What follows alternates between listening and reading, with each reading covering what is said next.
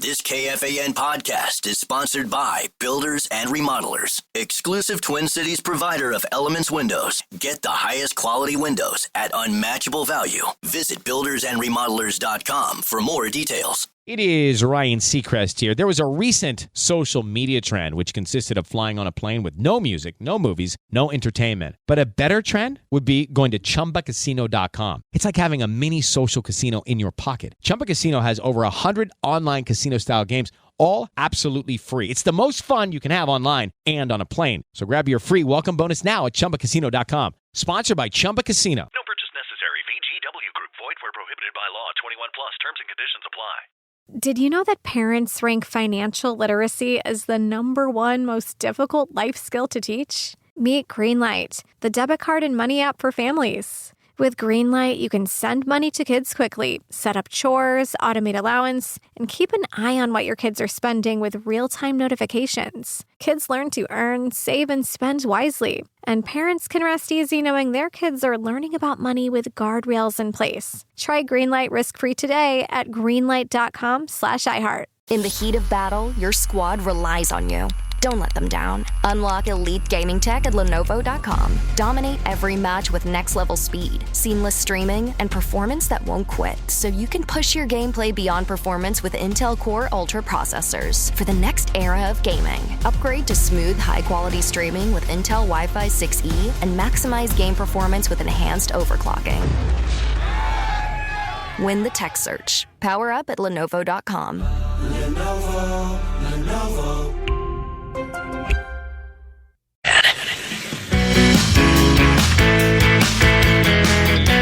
Get ready, Minnesota. The legendary Bryan Adams is bringing his Roll with the Punches tour to Target Center on November 26th. Don't miss this epic night of rock anthems and unforgettable hits. Tickets go on sale this Friday at 10 a.m. Get all the details at KFAN.com, keyword calendar. I decided, by the way, to do something for my listeners, my loyal listeners, and the Wild fans out there. I was able to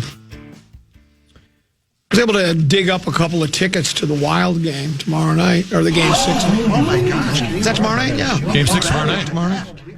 So we'll give those away a little bit later. Don't call now, but we'll give those away a little bit later. Now, as we begin the 1 o'clock hour, it's time for 5, 3, 4.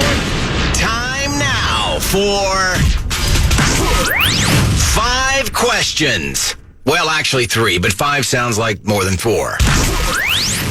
Question number 1. It's now time to take an in-depth look at the welfare of the wolves.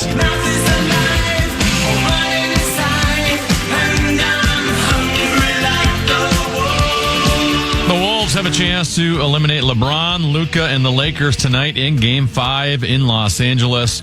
Opening tap starts at 9 p.m. tonight. You'll be able to hear that game right here on The Fan. Common, will the Wolves close it out tonight? Let me preface this by saying a lot of people doubted this Wolves club, and I never did. I've been with this team through thick and thin from the very beginning of the season. Oh, sure, it took a minute to figure out how to gel together, how to play together. But I knew it would eventually happen, and it did. And they are playing as good as any basketball team. Since Randall's comeback, they 25-5, something of that nature. They're doing the things they need to do to make them good. There's a lot of pride for LeBron, particularly, right? Because, he's the elder statesman in the league pretty much now. One of the greatest players to ever lace him up. I don't think he'll go down without a fight. You're not going to see a Miami Heat kind of performance out of the Lakers tonight. He won't go down with a ship? Yeah, no. He will fight to the end, play and defend, blue line around the state, the whole thing like that. But after they laid it, sometimes a team can do more for, or I used to say this about Greg Norman. Greg Norman had some devastating losses in his career. Tommy Hearns, his 2 most memorable fights were 2 that he lost. And sometimes you learn a lot more about somebody in defeat, going out on your shield, as the cliche goes, valiant effort. And I think that's what the Lakers did. They had 5 guys play start to finish in that second half, and they had a chance to win it late. They gave the Wolves in there, they're rotating in, 8 guys, maybe 9? And they gave them everything they wanted and couldn't do it. So I don't know if they can summon that up again tonight, because they'll probably have to go the second half without going to the bench again. My guess is they'll give it everything they have, but I don't think they can win. I think the Wolves will finish it off tonight. You? I think the Wolves' best is better than the Lakers' best. My only concern is this team all season long has had consistency issues of bringing the effort that's needed on a night in, night out basis. So it's hard for me to go all in and be convinced that they're just going to be as engaged as they should be tonight. But if they are engaged, they have more depth than they will wear down the LA Lakers. I think we're in agreement. Yeah. Question number 2. We're gonna win, Twins, we're gonna score. It's now time to delve deep into Twins territory. Crack out a home run, shot a hit, hooray! Cheer for the Minnesota Twins today. Kyle Manzardo hit a walk-off home run off Louis Varland as the Twins lost 2-1 last night in Cleveland. After a rain delay, the Twins had just 7 hits. 3 of them came from Ty France, who drove in the only run for the team with a solo homer. Chris Paddock gave up 1 run on 4 hits in 5 innings.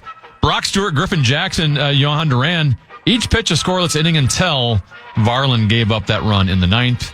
Common, what sticks out to you from last night's Twins loss? Paddock he's been kind of a tough luck loser here. He's not received a lot of run support in some of his starts.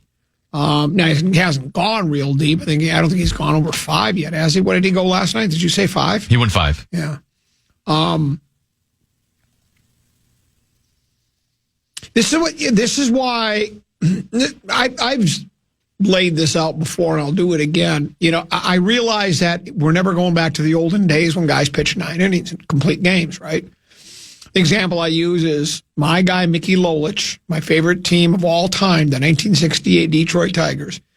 He went 3-0 in the World Series, and he pitched 3 9-inning complete game victories.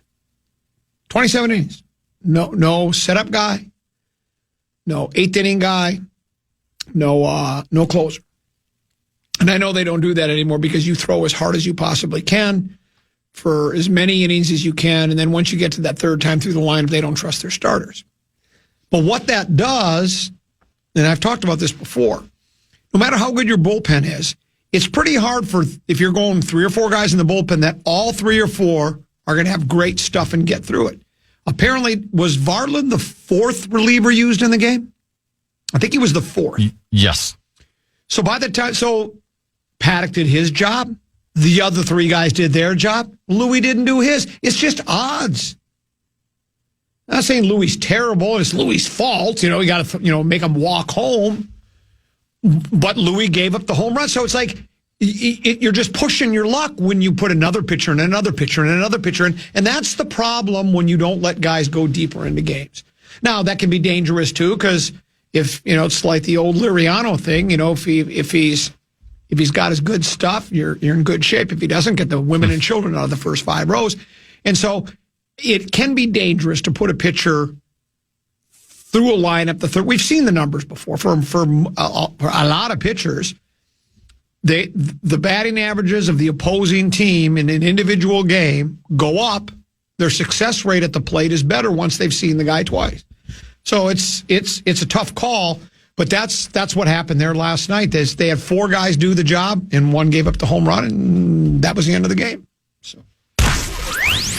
Question number 3. All Vikings, let's win this game. You'll hear us yell for more. It's now time to take an in-depth look at the state of the skull.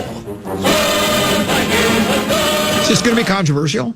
No, not really. The Vikings signed edge rusher Andrew Van Ginkel to a 1-year contract extension yesterday worth $23 million, 22.4 of which is guaranteed.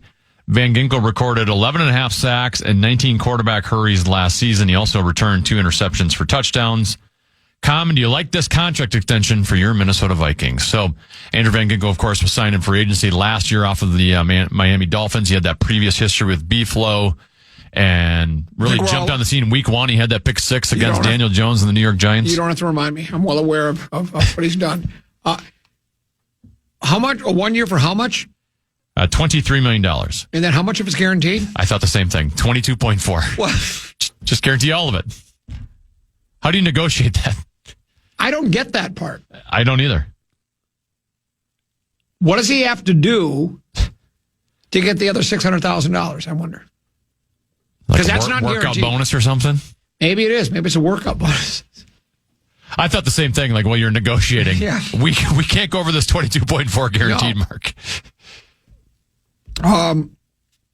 He was instrumental in the team last year. I mean, again, B-Flow brought in guys that he felt would fit what he likes to do, and most of them did. That was a really good defense last year.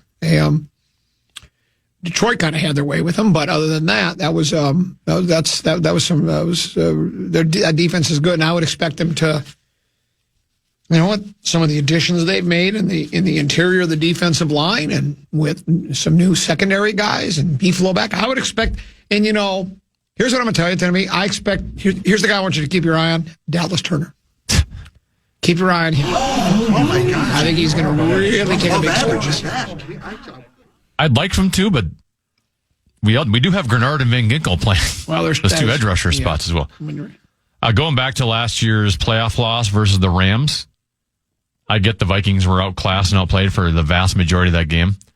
I do wonder if Van Ginkel picks off that. Was that in the third quarter? We had a chance to pick off Stafford and it would have been an easy pick 6. Yes. And he dropped it.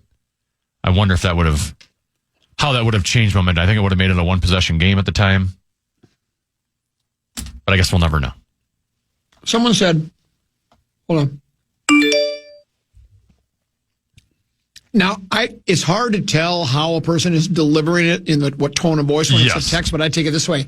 Comment, if you watch the game, you would know that Paddock was in a bad jam in the 5th and got out of it. They pulled him after that. He was looking awful. He got out of the jam. And what else do you want? 1 run over 5 innings. Yeah, sometimes you get into a jam. And if he was able to wriggle out of it, I applaud him for that. Sometimes there's going to be trouble. You can't mow down. I mean, it happens sometimes where a pitcher's got his best stuff and they're playing the White Sox and it's 3 up, 3 down, 3 up, 3 down, 3 up, 3 down. Sometimes it takes a bit more than that.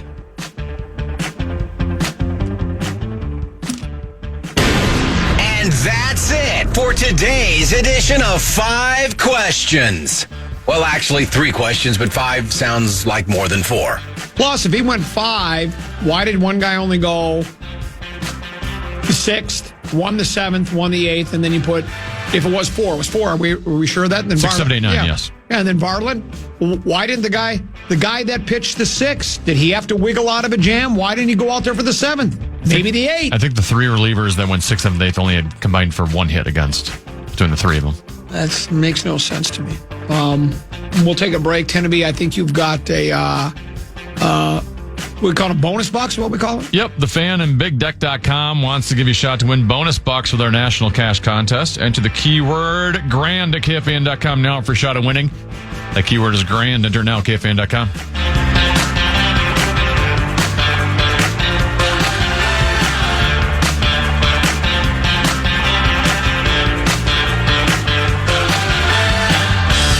In the heat of battle, your squad relies on you.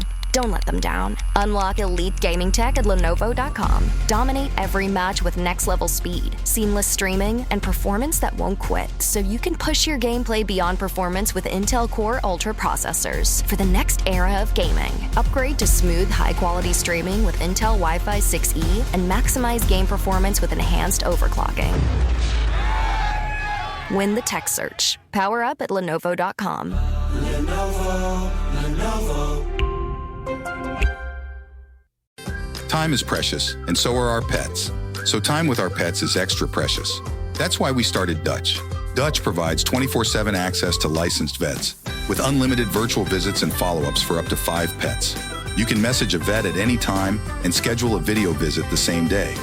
Our vets can even prescribe medication for many ailments, and shipping is always free. With Dutch, you'll get more time with your pets and year-round peace of mind when it comes to their vet care.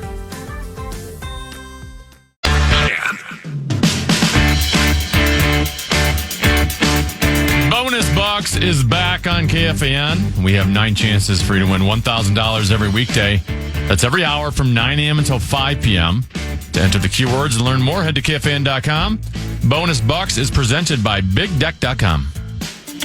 We do this thing called the Preposterous Statement Tournament every February. Runs for a few weeks. It started a long, long time ago. I saw Charlie Walters, who writes a notes column for the Fish Wrap Factory East Side, said he wouldn't trade one Jefferson. Well, one Al Jefferson for 2 Kevin Garnetts. 2 Kevin Garnetts. And I told Tenneby, well, that's the most preposterous thing I've ever heard.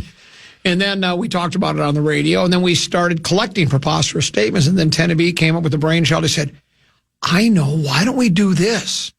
Why don't we call Kevin McHale and I'll pretend I'm Nelly? No, Tenneby said, why don't we put together a preposterous statement tournament based on the NCAA March Madness thing we did? It's been a really big success. Did we just do triple V double I, or did we do triple V triple I? I can't remember which one we just did. I think we did triple V double I. Okay. And triple I is for this upcoming year. Yes, very much so. It's triple V triple I is coming up. We've had a lot of great ones over the years. And tend to be far be it from me to crown a champion early.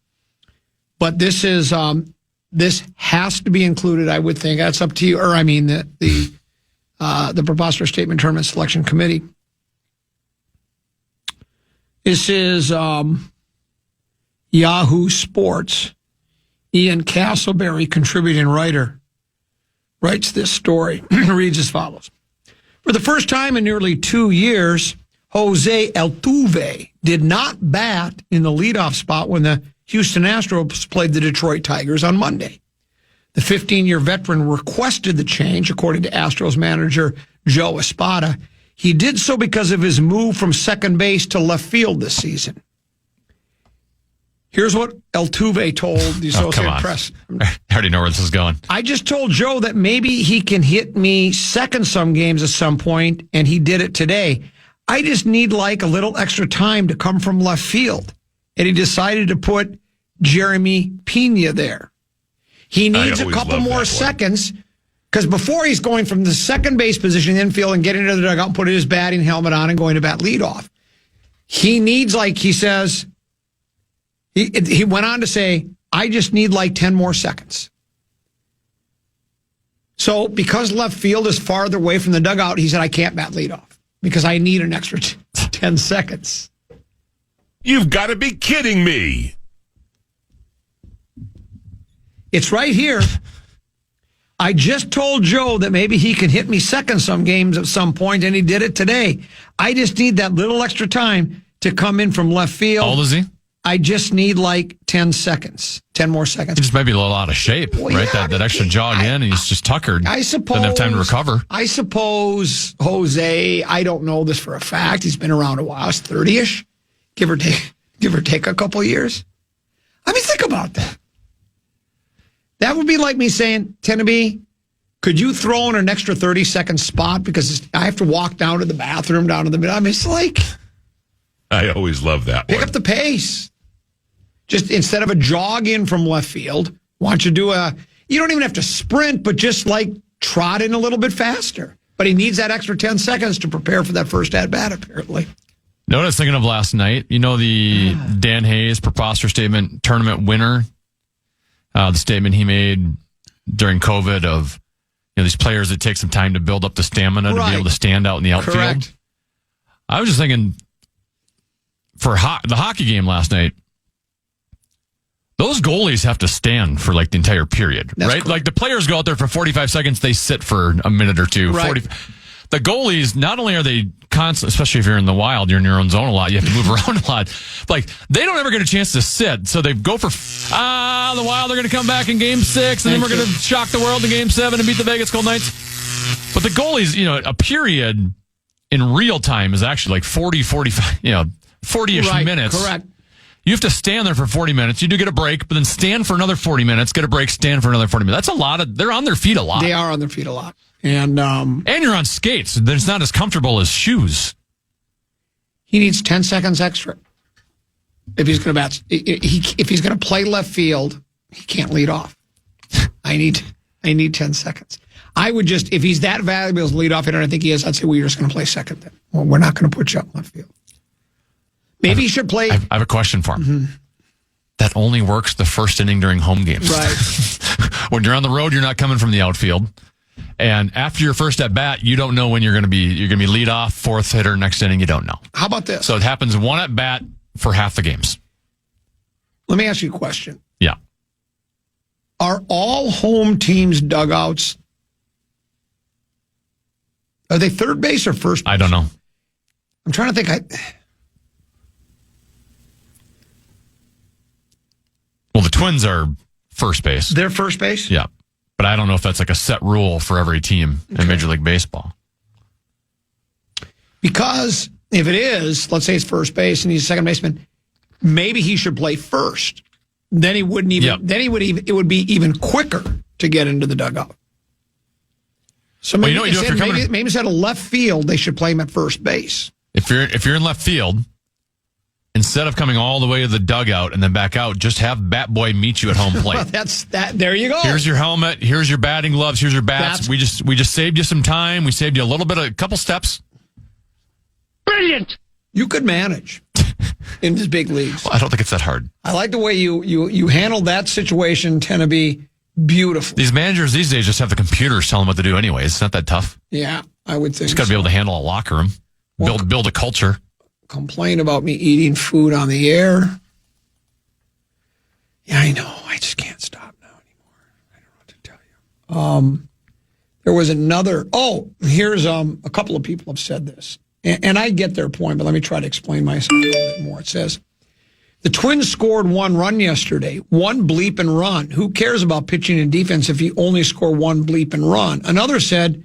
Another possible explanation for the Twins' loss is they scored 1 run. I'd put this loss on the Twins' hitters more than the pitching strategy or Louis Varland.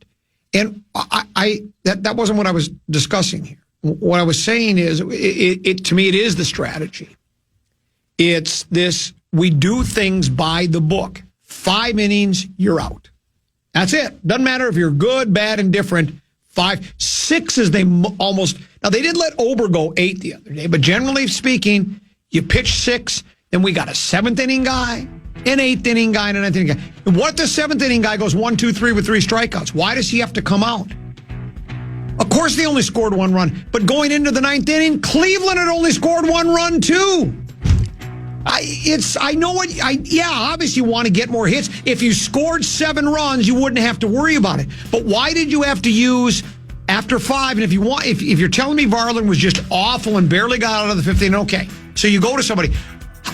What did the guy that pitched the 7th, the guy that pitched the 8th, or the 6th, then the 7th and the 8th, they all must have pitched pretty well because they didn't give up any runs. Why didn't they go 1 more in? Because that's not how you do Major League Baseball. You have guys that have their set spots. Well, sometimes you're supposed to think out of the box. Sometimes you got to win a 1-0, 2-1 game, too. Exactly. You can't score 6 runs every game. That is correct. Jack Morris in 91 didn't complain and feel sorry for himself that the team hadn't scored through 9 innings. He said, you know what? I'm going to go throw out another 0. That's exactly what he did. Well said. Put up another goose egg. You are correct. We'll take a final break for this hour. We'll talk a little. This and that, and then we'll move on with Mark Rosen coming in about 2 hours. Come on, why is this taking so long? This thing is ancient. Still using yesterday's tech? Upgrade to the ThinkPad X1 Carbon. Ultra-light, ultra-powerful, and built for serious productivity. With Intel Core Ultra processors, blazing speed, and AI-powered performance, it keeps up with your business, not the other way around. Whoa, this thing moves. Stop hitting snooze on new tech. Win the tech search at Lenovo.com. Lenovo. Unlock AI experiences with the ThinkPad X1 Carbon, powered by Intel Core Ultra processors, so you can work, create, and boost productivity all on one device. Time is precious, and so are our pets. So time with our pets is extra precious. That's why we started Dutch. Dutch provides 24/7 access to licensed vets, with unlimited virtual visits and follow-ups for up to 5 pets. You can message a vet at any time and schedule a video visit the same day. Our vets can even prescribe medication for many ailments, and shipping is always free. With Dutch, you'll get more time with your pets and year-round peace of mind when it comes to their vet care.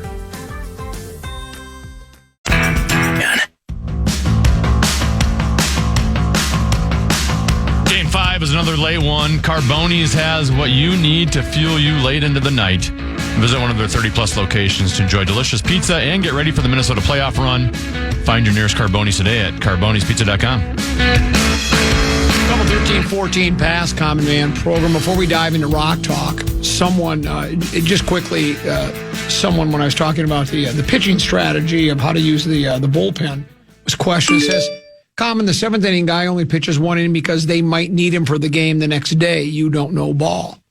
My response would be, or maybe you won't need him the next day. I would worry about winning the game you're currently playing before I start worrying about the next day. That's what I would do. And again, my whole point. And if you need to save arms for future games, just let your starter go longer then. I like that, especially when he hasn't given up a run all game or one run. The whole point of this is that it's all just done it's all cookie cutter. We have a sixth inning guy, a seventh inning guy, an eighth inning guy. And I think if you look at the stats of those those relievers were all just fine. I think there was one base runner until Varland got in. I think it was one guy walked and maybe one guy got a hit. You guys are pitching fine. Let him go two innings for the seventh inning guy. Stop it already. These guys are tougher than that.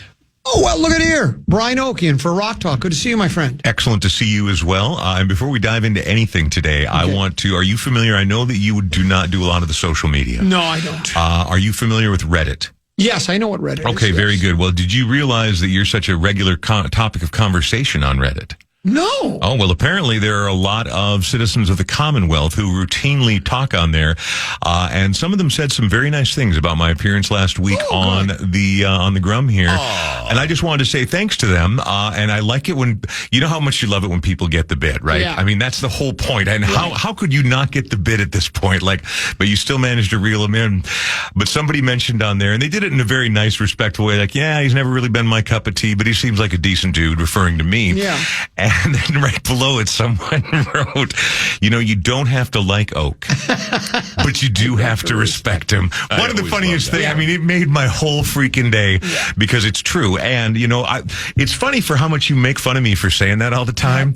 If there's anybody it's ever applied to more than you, I've never met them. You might be the most polarizing figure in Twin Cities radio. You don't have to like the common man, but you do have to respect him. As the late legendary Dark Star would say, well, there's that. Exactly. Well, there's that. Well, that is, I actually appreciate that. I think you're absolutely right. I've described myself this way, and somebody just brought up the other day, I'm an acquired taste. Well, and again, it's not going to be for everybody. No. And and some people don't want to bother getting the bit. Some people are just lost and confused. They figure they're coming here for nothing but sports. Is your whole life just sports? But then the people who get it, I listen to you every single day. I love this show. In fact, it's when you take proper deep dives on sports that I lose interest and I want to go do something else. What company had the slogan? Was it Smith Barney, where they said something like, we're not for everybody, but we don't try to be. Oh, I don't know who said that. That was. I don't remember the company. It was back from, I think, 70s or 80s, maybe. I don't remember what decade. But that was their slogan was, we're not for everybody, but then again, we don't try to be. Well, la-ti-da. It makes sense. It's also kind of like in the movie Spinal Tap, where the band's manager is being interviewed about declining ticket sales on the current tour to support their latest album, the Black Album. And he's like, no, I wouldn't say that their audience is shrinking. I would just say that their appeal has become more selective. I like that. Yeah, it's pretty good. That's very good. Turning a negative into a positive. We were last week. Yes. We when you joined us, we were talking about the people that were who had been nominated to be in the Rock and Roll Hall of Fame. Right. And then we had the fan voting of who they thought should get in, and that it was this weekend that they announced the inductees. 13 Rock and Roll Hall of Famers were announced Sunday, including Chubby Checker, Bad Company, Outkast, White Stripes, Joe Cocker, Cyndi Lauper, Soundgarden, Salt and Peppa. Nice. Warren Zevon were also excellent. Excellent. I don't hear one name on that list that makes me go, no, really? When there's so many other worthy candidates, everybody on that list that you just rattled off is worthwhile. And it says Salt and Peppa, the first female rap act to achieve gold and platinum status, and the late singer-songwriter Warren Zevon will get the Musical Influence Award. So I don't know. That means they're in the Hall of Fame, but I don't think they're in the Hall of Fame because of Do you see what I'm saying? Yeah, no. There's a performer category, and that's those main artists that you listed off first. They're under the Musical Influence Award, which, whether or not it holds the same gravitas, the Rock Hall doesn't really mean anything. It's not like you get to live in a special part of town or you get a cash dispensation. But to be recognized for your influence, and anybody who knows anything about, especially the early days of hip-hop, we're talking about going back to the early to mid-'80s, Salt and Pepper kicked a door down. I mean, hip-hop was already a thing, and it was happening, but women, it was very much like rock and roll, a boys' club. And there certainly were other female rappers before Salt and Pepper, but as you just mentioned, they were the first ones to break gold and platinum and maintain influence to this day. They are still very popular on karaoke nights and on TikTok, and they are foundational. It was several weeks ago that I saw stories on my handheld computer, which doubles as a communication device, because much like I'm sure yours, they kind of know you like music, so I get, American Songwriter, and I get Guitar World and everything, right? Right. And there was where Paul McCartney was stumping hard for Joe Cocker. Really? Yes, he would publicly said Joe Cocker should be in the Hall of Fame. We talked about this last week. His cover of A Little Help from My Friends was probably more popular and more successful than when Ringo did it on the Sgt. Pepper's Lonely Hearts Club Band album. Agree. And Joe Cocker, we talked about him doing Feeling All Right, which is a Dave Mason song. And it was Joe Cocker and the Mad Dogs and the Englishmen, I think was the band that he had. Yep. And then a couple of other people, I can't remember who they were, again, very popular, legendary musicians, joined Paul McCartney and said, dang right he should be in there. And I'm assuming that influence probably helped a little bit because Joe Cocker got in. Well, and again, this is sort of a peer-reviewed type thing, right? When you look at the people who are voting on the Grammys, yeah, there is a public vote, but it doesn't really have a lot of impact as to who finally gets in. Joe Cocker has that kind of respect. To be honest, I'm a little surprised he wasn't in before now. But yeah, if everyone's stumping for you, this guy, he was big here. He was a giant in England, and yeah, it makes perfect sense. And he absolutely, and I think for a lot of people, given today's sort of polished up standards, compared to the rough and tumble 60s and 70s. I think that he's like, it's all growly and he's sweaty and I can't understand it and he's throwing his arms out all over. But he was a thing, man. He was a force of nature. He was a Janis Joplin, not that kind of music, but you just felt like it could go off the rails at any moment and you were watching an explosion in slow motion. Joe Cocker's amazing. And I think he played Woodstock, too. The original I think Woodstock. You're right. I'm pretty certain he did. Yeah, definitely not Woodstock 99. No. I saw another story about the Rock and Roll Hall of Fame talking about, because this is interesting. Mm-hmm. Let's say you, me, Tenneby, and JG's behind you are in a band and we get into the Rock and Roll Hall of Fame, but JG's not an original member. Oh, right. He came in 4 years, still had some significant contributions, and there are many bands, I didn't realize how many bands out there like, you're in. No, we don't think you've done quite a bit. So it's like, well, wait a minute. I traveled with you for 4 years. Right. I was part of a couple of hits. I wrote a song or two on the album. I'm part of that band.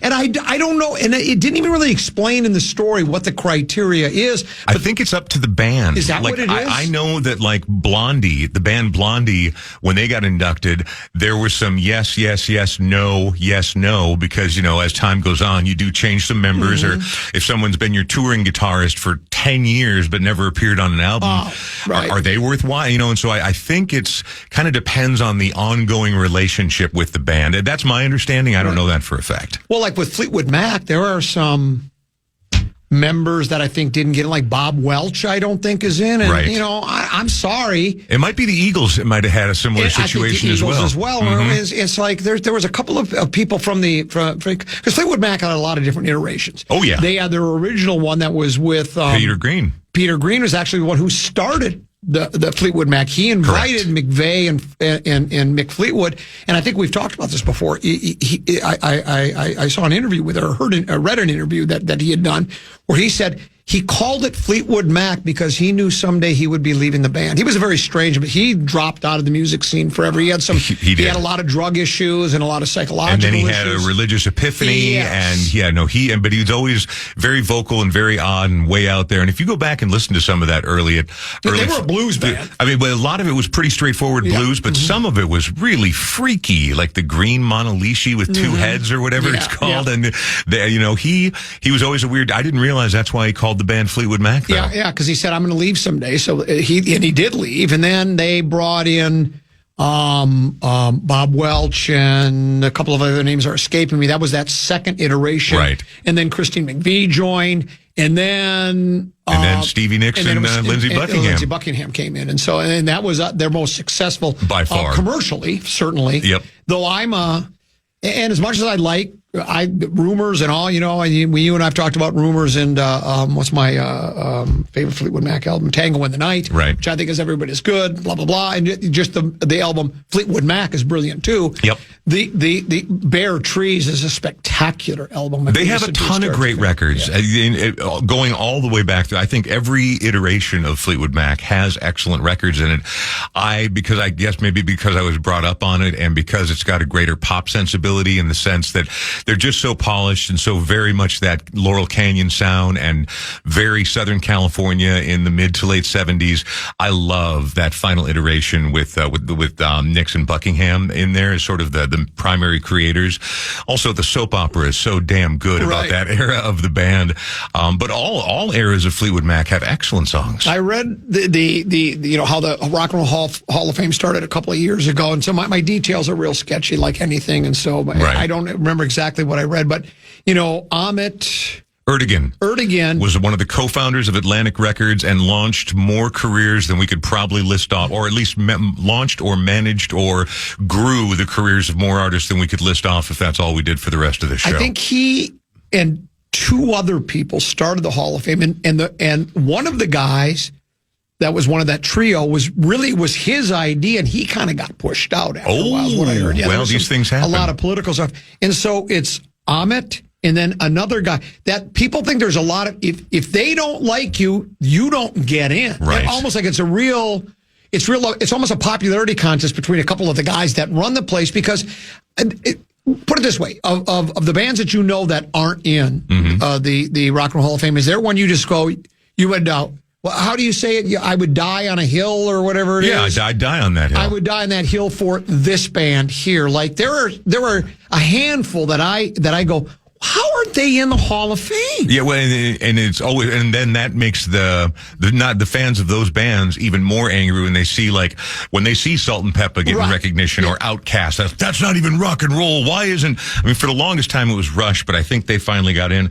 I don't even know who that list has gotten so long. Mine would be, and somebody brought it up here. That's what Matt from Little Falls, who we text and talk more than most people know, when he goes to a lot of concerts, especially concerts of that same vintage that I'm into. Yeah. I don't know how the Guess Who are not I couldn't agree more. I mean, they have 9 or 10 spectacular songs, and how they're not in the Rock and Roll Hall of Fame, I'm very surprised by. Someone else who's not in the Rock and Roll Hall of Fame that ties in very briefly here, when I was listening right before 534 earlier today, Tenna was reading a vibe that said the legendary Brian, and I was certain my last name was gonna follow.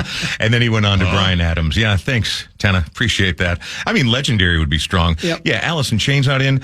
Greg Allman's not in the Rock and Roll Hall of Fame, which I think is absolutely criminal. Would that be as a soloist? As a solo artist, and I suppose that's not the strongest area of his career. But what about the band America? Now, I know you can say, sovereign. Agreed. And then when they decided to get real and political about it, Mother Freedom, I mean, that's an ultimate jam. I'd have to go through this list. Anthrax, I can see why they're not. Argent, little proggy for a lot of people. The band Asia, I don't like them, but a lot of people. Right. Also, in addition to the Guess Who, BTO, Bachman Turner Overdrive, correct. Not in. I don't know if that's an anti-Canadian bias. I also don't know that necessarily Amit and the Triumvirate at the top there are the ones who determine all of it, but they have a lot of influence. Well, that's the thing, is like the industry gets to vote on the nominees, but who's picking those nominees? And I'm sure there are people who have been blacklisted, or as long as the current people are in power, they've got it in their head, this band will not, or this artist will not be recognized while I am holding the scepter. What band, I can never remember, Rod Argent, was he with the Zombies? That is correct. So then he went on to a solo career. The band was just called Argent. It was named after him, and they had Hold Your Head Up. Yep. Which was that was 1971. That was their biggest hit. Huge hit. And the reason I bring it up is because you brought up Argent. Yeah. Rod Argent was a keyboard player, and there's a solo in there where Hold Your Head Up. Yeah, where Rick Wakeman, Now, Rick Wakeman's one of the, prog rock, yes, legendary. He's played with everybody. David Bowie, everyone. And he's prog rock god, right? Yeah, yep. He is. And one of the greatest keyboard players of all time. Mm-hmm. He says, I read it, you could look it up. He says, the greatest organ solo in any song ever is Rod Argent's "Hold Your Head Up," and when you listen to it, it's pretty great. It's really well. I can hear it in my head right now. And I'm not a great keyboard. Like I've said this before, I can't really take two guitars and say which one is better because it's like I can't go. Well, he hit that note perfectly there, or he missed that one. I just look at the work on his arpeggios. Right. No, same. It's the same thing. I don't know. Why would that be any? But if Rick Wakeman says it's the greatest he's ever seen, and it builds and it builds, and it is brilliant. I agree. And so I'm looking at this list of artists who have been snubbed, some of the most noteworthy snubs. I'm only into the Bs, and I will die on this hill. Athens, Georgia's the B-52s are one of the greatest, most innovative, most interesting, most durable, and most sort of evolving bands that has ever existed. I love the B-52s. They changed my life, so part of it's just changed your life. Absolutely. In a very real way. Right. When I was on, remember after school sports, you'd get on the activity. Well, I don't know if you did a lot of after school sports, but unless smoking dope was considered an after school sport. Yeah, well, that was during school. But I was going to say, and they didn't have any activity buses to get you home. But getting on the activity bus after swimming, and a guy named Aaron Starr handed me a tape, and it was the B-52's Wild Planet, a cassette tape. He's like, you should give this a listen. And I went home, and it blew my mind. I was like, I've never heard anything like this. And I was looking at it, and even in my naivete of being a 16-year-old, I looked at it, and I'm like, well, this is on Warner Brothers. That's a major label. And up until that point, I sort of just naively assumed that everything on a major label got played on the radio. That's the way the game worked. Right. And I'm like, well, if this is out there must be a ton of stuff I've never heard of. And that's when my sort of musical epiphany happened and my journey began. But B-52s literally changed my life. Plus, they're just a super fun band. Black Crowes should be on there. They didn't make it in this year, unfortunately. Blind Faith, they're kind of a weird super group. I think all the other... They only had one album, I think. That's right. And all the members are in. But like Blood, Sweat, and Tears, not everybody's cup of tea. But I mean, they were gigantic. If they're not in there, they should be in there. They should be in there. Absolutely should. Blue Oyster Cult, hello. I'm only in the Bs right here. So Boston is not in. Tell me why Boston is not in the Rock and Roll Hall of Fame. Tom, what's their... Because didn't Boston start out where it was one guy in his house who put all those songs together? Then he hired people to be a touring band eventually. But Boston originally, if I'm not mistaken, and again, my mind is almost gone. I got early onset or something. You're fine. I think Boston started as a one-man band originally. He was doing the stuff in his basement. Okay. And then all of a sudden it grew. It was so good. It was so big that he had to go tour. And he couldn't play all the instruments himself. So then he hired people, and the rest is history. Long Time is one of the greatest songs of all time. Those first three records are all worthy, especially the first two. Another band that is not in the Rock and Roll Hall of Fame that I would absolutely die on their hill. I'm wearing their sweatshirt today. Devo, not in the Rock and Roll Hall of Fame. Yeah, they're weirdos. They wear those weird caps or hats or something. Yeah, that's it. Exactly, like it is on my sweatshirt right here. Yeah, Devo. I saw them last year, 2 years ago, and they're coming back to town here for a pretty penny. I'm not going to that show because I can't think of anybody I would spend that much money to go see live. Just a story that's really not really even related, but you were talking about after school activities and a bus ride home, right? Oh, yeah. When I was in Forest Lake High School, I was there for 11th and 12th grade, right? And then I quit halfway through 12th grade. But anyway, our bus, we lived out in Scanty, which was outside of Forest Lake, and we lived out on some dirt country roads. Our bus driver was a guy named Hal, younger guy, probably in his early 30s, big beard. He was the only bus where he'd taken the radio out of a car and hooked it up in the bus and played it. So he was always cranking out the jams. That's where we listened to all this. Elton John's, all those songs from 1976 and 77 are etched into my brain because for that half-hour bus ride home, it's pounding.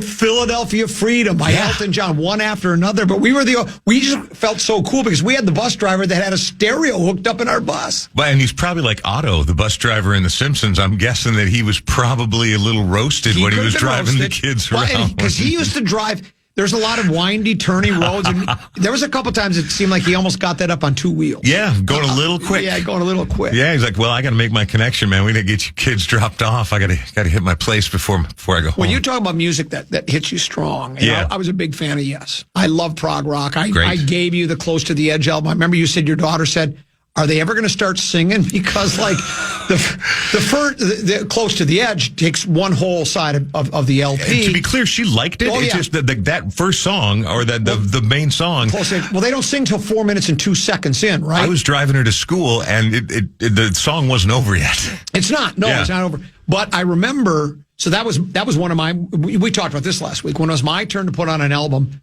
more times than not, I would grab Close to the Edge and put it on, right? So this is 5 years ago. So I had more than that now, 6-7 years ago. And I'm going up to Camp Richard. And I stop at Best Buy because this was still when you had CD players in the car, right? Now I wanted to find a CD. And I'm looking through it and I go, Close to the Edge. There you go. I haven't heard that in years. I bought it. I'm listening to it on the way up. I listened to the whole first side, the 18-minute, 40-second opus. And I pulled over to the side of the road and I wept. Wow. Well, not really, but I like to say that. Yeah. It was like, I said, this is the greatest piece of music. I forgot how good it was.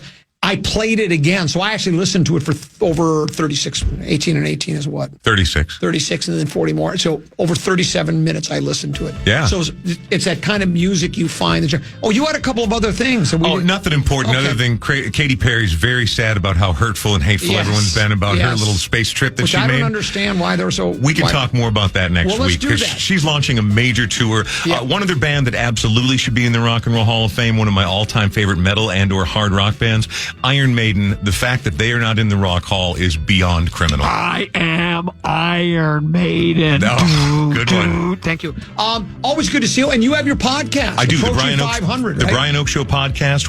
I think we're going to do episode 480 tomorrow. So we're on our way, and it's available on the free iHeartRadio app, which you can put on your handheld device. We'll see you next Wednesday. All right, see you then. That's the legendary Brian Oak. We'll take a break. The legendary Mark Rosen joins us next here on the van.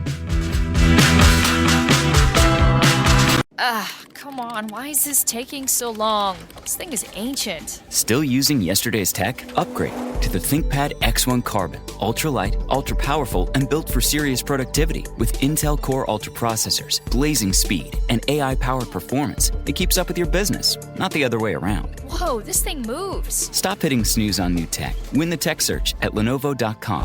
Lenovo.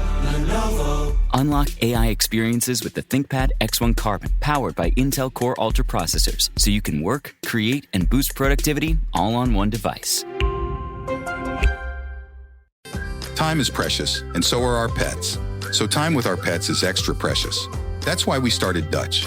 Dutch provides 24/7 access to licensed vets with unlimited virtual visits and follow-ups for up to 5 pets. You can message a vet at any time and schedule a video visit the same day. Our vets can even prescribe medication for many ailments, and shipping is always free. With Dutch, you'll get more time with your pets and year-round peace of mind when it comes to their vet care.